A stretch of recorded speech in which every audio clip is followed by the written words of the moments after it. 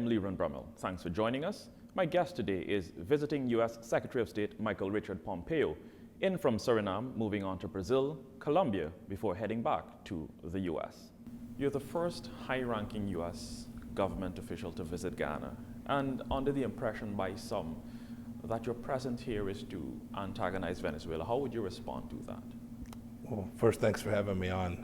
My presence here is to congratulate the Guyanese people on the enormous success they had with holding a democratic election and a peaceful transition to power. It was quite remarkable to watch. We're proud of what they've done, and we think it will do great things for the people of Guyana and for the region. The government wanted me to come down to talk about all the opportunities there are for the United States to invest and help build out better lives for the people of Guyana. And of course, too, we want this for the people of Venezuela as well. We want them to have the very same chance to have a free, fair election for the rule of law, for democracy and for human rights in Venezuela. We watch people fleeing into Guyana, fleeing into Colombia, fleeing in Peru, Ecuador, people having to flee from Maduro and his brutal regime. We very much want that to change. We want them to have the same opportunities that the people of Guyana have. That's why I came down here today, to help make sure that the new leadership here in Guyana understood that the United States was a friendly nation with good intentions for their people. Good intentions for their people. You spoke about having conversations with President Dr. Mohammed Irfan Ali, and of course his team, and you've just expressed the confidence of the U.S. government in his administration. But I understand a number of agreements were also signed, and the U.S. is interested in assisting with the COVID-19 fight.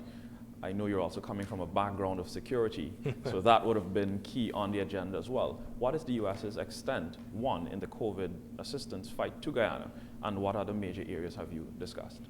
So we've been working to help with COVID response all across the Caribbean region, certainly here as well over the past, goodness now, 7 or 8 months. This has been going on. Our support is real, it's serious. The Guyanese people have done a good job of managing this. The real impact too, besides all the lives lost across the world, is that economies have been decimated. And so we were talking about the ways we could work together to build our economies back coming out of this enormously challenging time. One of the agreements we talked about today was to help Guyana enforce its own sovereign rights. So there was a security agreement about a set of maritime issues and our capacity to jointly, with the consent of the Guyanese government, to work together to reduce the risk of those who might want to invade Guyanese sovereignty from maritime regions. Understandable. Security, you said, comes up on that issue as well. That forms a big part of it, stemming the drug trade and the narco trafficking. And of course, that forms part of your visit to Suriname, moving on to Brazil Sure. and Colombia as well. When can we see tangible results or expect tangible results coming out of these discussions? Yeah, it's a good question. So you'll see increased support, increased efforts. When we'll see the fruit of those efforts is always more difficult to answer. Look, these are ongoing, challenging problem sets that certainly no one nation can resolve on its own. Big maritime boundaries, big maritime borders, multiple countries.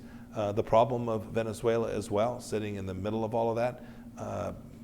Engaged in narco trafficking. We've now indicted Nicolas Maduro, engaged in narco trafficking at a level that is unrivaled here in South America. So all of these things will come together. What we are committed to, what the United States is committed to, is to working with each of these countries, both separately and through multilateral institutions, to do everything we can to reduce the risks to the people of every one of those countries from the threats of arms trafficking, narcotics trafficking, and all the criminal elements that come alongside of them. Your background is also in energy. You're a businessman. Yeah, I was in the energy industry, a very small business, but yes. 400 plus, interesting. Part of that, as you said, is helping the interests of the U.S. government and the Ghana government in terms of what opportunities we have looking at Ghana's emerging energy sector as well. Have discussions been held with the private sector agencies or stakeholders? And how are we looking, how do we intend to have a discussion on accessing markets? Yeah, so I've talked to American private sector leaders all the time. I consider it part of my job to help them understand how they can invest overseas in international markets, build their business out in the United States, and in the course of doing, benefit people of those countries as well. The multiple issues, right? Want to make sure that that foreign direct investment comes in a way that's fair and transparent. I think every country understands that when America shows up, we ask for nothing more than a fair shot at the competition, the rule of law, contracts that are enforceable, set of property rights. We don't apply political pressure connected to our commercial enterprises. There are other nations that operate very differently. China operates very differently. The Chinese Communist Party shows up with its military and commercial deeply intertwined. They put political pressure on countries to accept tenders from their country. It's not how American businesses roll. We show up, we hire locally, we are great environmental stewards, we abide by the rule of law, we respect countries' sovereignty. Those are the things that I think nations are looking for. I think the new leadership here in Guyana is looking for those who want to come here and invest and grow Guyana. We're all about trying to find American companies, not just in the energy industry, but in agriculture. We talked about catfish today, all of these places where we think we can do a good turn and make life better for both the American people and those here in Guyana as well. These discussions all come together in one. Just about a month ago, Guyana and Suriname signed agreements to push businesses as well, and you were in Suriname and here as well. Yeah. Discussions are overlapping, I'm assuming, as well. Yes, I think that's right. Look, across trade across this region, right? French Guyana, Suriname, Brazil, all of the places where markets can be grown, these are important things that can emerge all together. Mr. Secretary, the U.S. is entering into an election. There have been a number of, we've had our fair share of election issues and recommendations from the Carter Center and other observer groups. How can the U.S. government assist Guyana in terms of modernizing its electoral system? Well, we'll certainly stand ready to help, and there are mechanisms, there are election monitoring systems. We know the CARICOM has done some of good work, and other multilateral institutions that have done some of that work as well.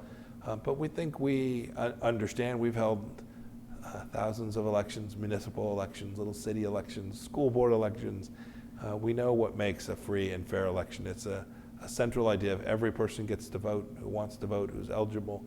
Every vote gets counted in a way that everyone knows that their vote was counted once, not twice, and that there's a fairness that's associated with it, that comes with that openness and that transparency, and so that the rules, the leadership, the policies that flow from that government that is duly elected fairly reflect what it is the people are demanding through their own democratic system. We're proud of that tradition in the United States, and we're proud that wherever countries like Guyana, who's now demonstrated its capacity to hold a free, fair election and a peaceful transition to power, we want to stand right alongside them and help them continue to be successful. Thank you very much. That was U.S. Secretary of State Michael Richard Pompeo. I'm Leron Brummel. Thank you very much for joining us.